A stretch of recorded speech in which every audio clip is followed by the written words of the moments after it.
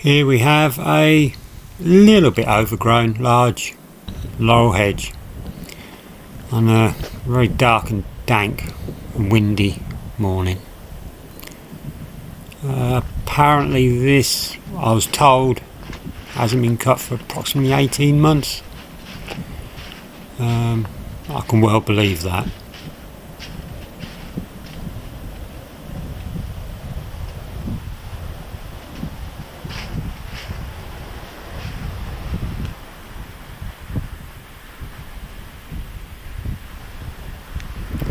But we got a little bit of scenery around us today, which is quite nice. Little river there, which is running through this watermill. I did look at the plaque. It did say 200-year-old watermill. So, all adds to the joy of the job. Right, first thing, side the hedge up.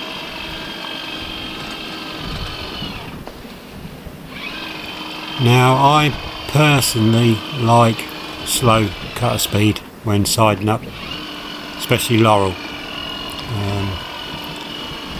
Not everyone agrees with that, but I personally think it just cuts out a little bit better and a little bit easier.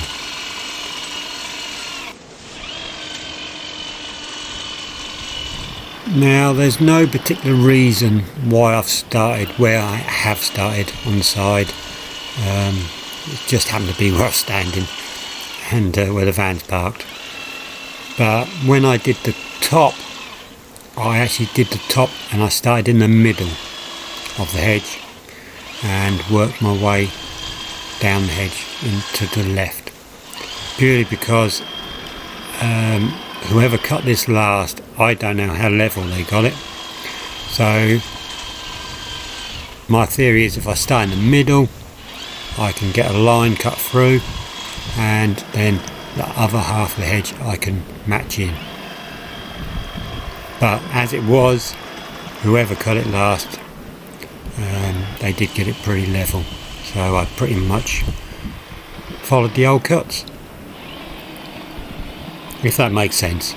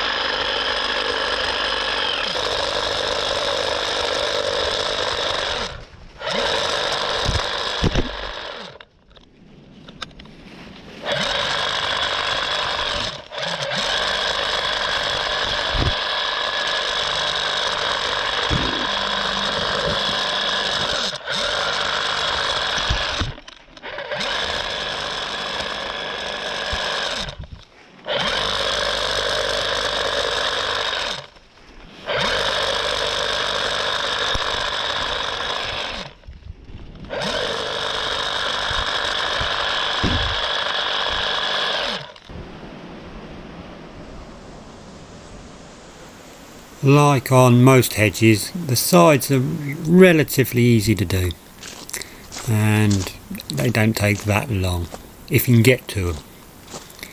As you can see, we're all sided up. The fun bit is always the tops.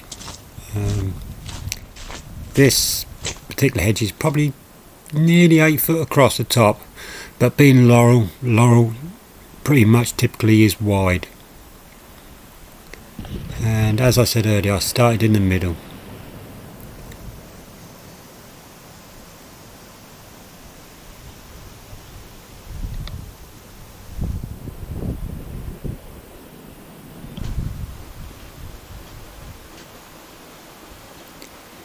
Now, because this hedge obviously doesn't get cut regularly, the top is quite gappy.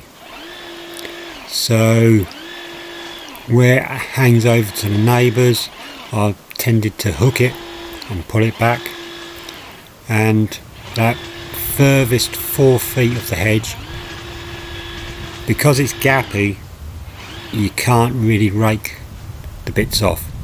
They literally just fall through or catch on everything. So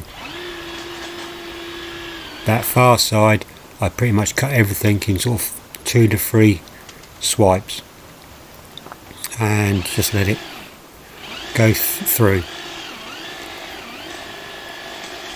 The edge closest to me, I did manage to clean most of that off and rake it all off.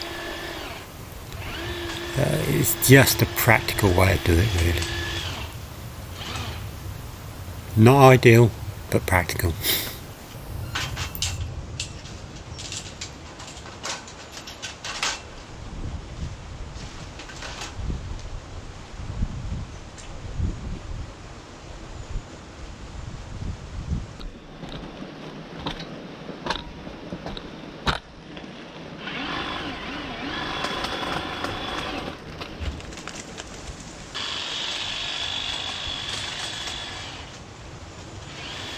Now, I will mention the hedge cutters because I know I will be asked.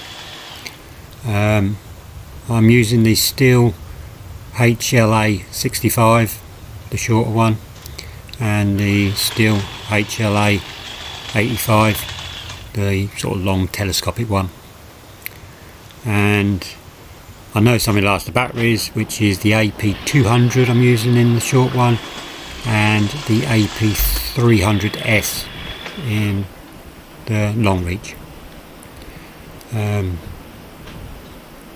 After doing a lot of research and asking various people I know who do use them, their advice and how they're getting on with them, I made the decision to buy these out of my own hard-earned money. I will emphasise that. I'm a gardener, I don't throw my money around lightly. I've had them a month, 6 weeks, and I've used them quite a lot. Very pleased with them. The reality is, battery technology's come on a long way, and I think, if like it or not, they are the future. So I'm pretty much at a stage now where I decided you got to embrace the future. You know, as the saying goes, you got to be in it to win it, and you know, you got to move with the times. Plus, obviously, there is a lot of benefits to these machines. Noise being one of them, vibration, and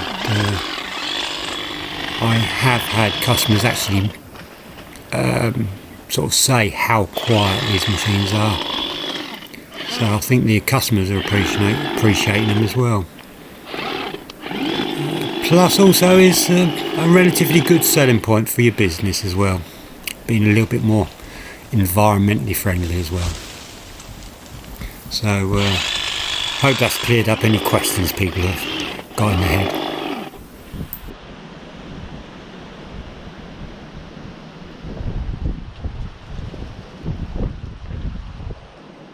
And as you can see, we're all trimmed up and the sun's out.